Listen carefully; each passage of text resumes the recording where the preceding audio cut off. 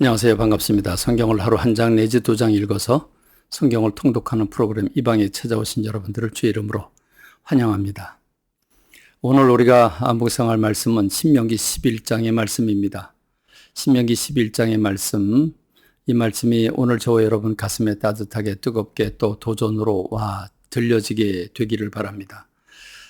이게 세 부분으로 나뉘어지게 되는데요. 첫 번째 부분은 자녀들에게 하나님께서 어떤 일을 행하셨는지를 들려주라고 말씀하고 있습니다. 모세는 이렇게 얘기하죠. 너희 자녀는 알지 못하고 보지도 못하였으나 이렇게 얘기를 합니다. 그렇죠. 지금 모세가 신명기 11장은 모세가 이스라엘 백성들 출애굽 제2세대들을 향해서 설교하는 거 아니겠습니까? 그러니까 출애굽한 2세대들은 애굽 땅에서 어떤 일이 있었는지, 그 선조들이 이집트 땅에서 어떤 고통을 받고 고난을 받고 압제를 받았는지 그걸 모릅니다. 그리고 그들은 출애굽하는 과정에서 하나님이 어떻게 일하셨는지, 지금까지 어떻게 하나님이 이끌어 오셨는지에 대해서 전혀 알지 못합니다. 그렇기 때문에 너희 자녀는 알지도 못하고 보지도 못했다. 그래서 모세가 그걸 기억나게 하시는 겁니다. 그림을 그리게 하는 것입니다. 하나님이 어떤 일을 하셨는지, 출애굽 시대에 10가지 재앙이 어떻게 일어나는지를 설명하고 있습니다. 하나님이 불 가운데 나타나셔서 모세에게 말씀하시고, 그러나 그 출애굽한 해방받아서 나온 이스라엘 백성들을 뒤쫓아온 애굽 군대가 어떻게 그 이스라엘 백성들은 마른 땅으로 홍해 바다를 건넜지만 그 마른 땅으로 건넌 그 홍해 바다에서 어떻게 그 애굽 군대가 수장되었는지, 그리고 낮에는 구름 기둥으로, 밤에는 불 기둥으로, 그리고 만나와 메추라기를 하늘에서 비처럼 내려 보내주셔서 그걸 먹게 되었다는, 지금까지 하나님이 인도하신 하나님의 역사하심, 그 하나님이 일하신 것들을 들려줍니다. 그렇습니다. 신앙은 이렇게 들음으로 시작이 됩니다. 이스라엘 백성들은 지금 모세가 그동안에 있었던 하나님이 행하신 일들을 들려주고 그것을 제2세대들이 받아들이고 그래서 하나님의 마음을 품게 되죠. 신앙이라고 하는 것은 이렇게 들음으로 시작이 됩니다. 듣고 그걸 또 듣고 또 듣고 또 들을 때 그게 그 자녀들에게 하나님의 말씀이 새겨지게 되는 것입니다. 다음 세대에게 연결이 되는 것이지요.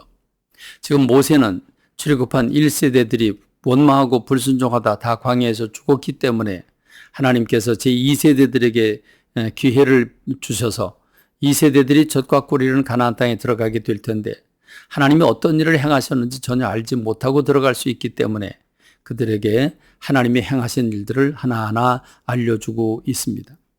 여러분들도 여러분의 삶의 현장에서 경험한 하나님을 여러분 자녀 세대에게 하나하나 구체적으로 스토리 삼아서 들려주는 것이 여러분의 삶이어야 합니다. 그럴 때 여러분의 자녀 다음 세대가 신앙을 전수받게 될 것입니다. 그 다음에 두 번째로 하나님께서 모세를 통해서 이제 너희가 들어가서 차지하려고 하는 그 가나안 땅, 그 약속의 땅, 그 땅은 어떤 땅인 줄 아느냐? 젖이 흐르고 꿀이 흐르는 땅이다라고 말하고 있습니다.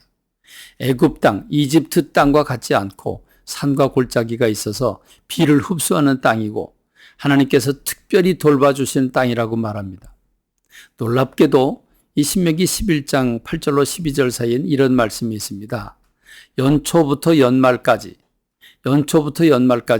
하나님의 눈이 항상 그의 위에 있는 땅이다라고 말하고 있습니다.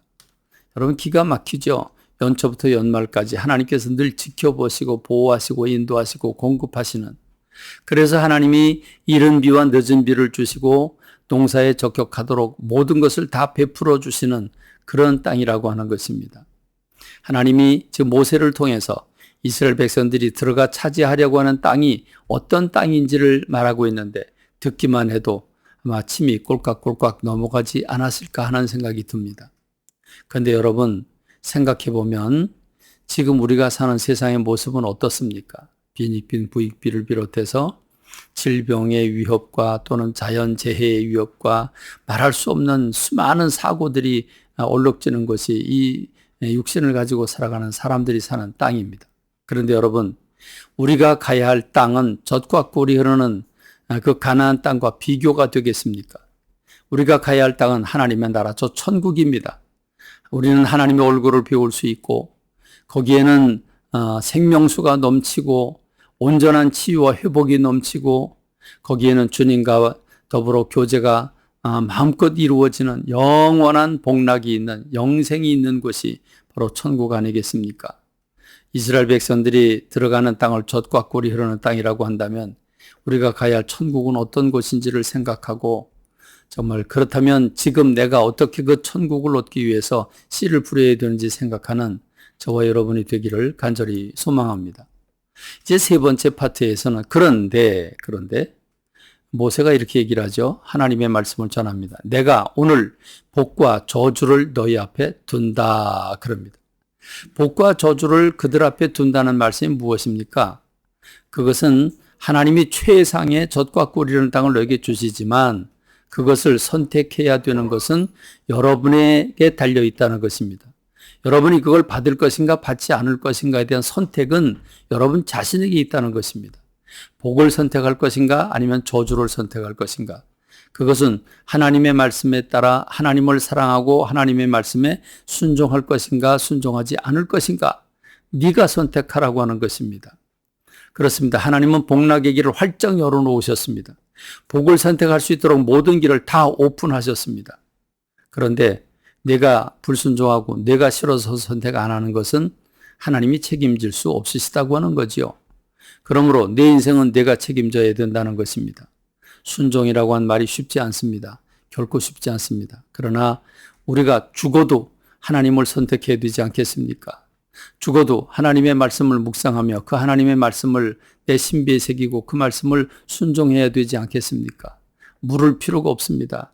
당연히 선택해야 되겠지요.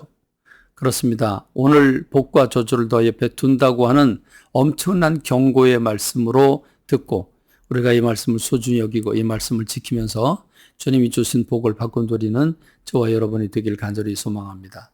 감사합니다. 말씀 뵙겠습니다.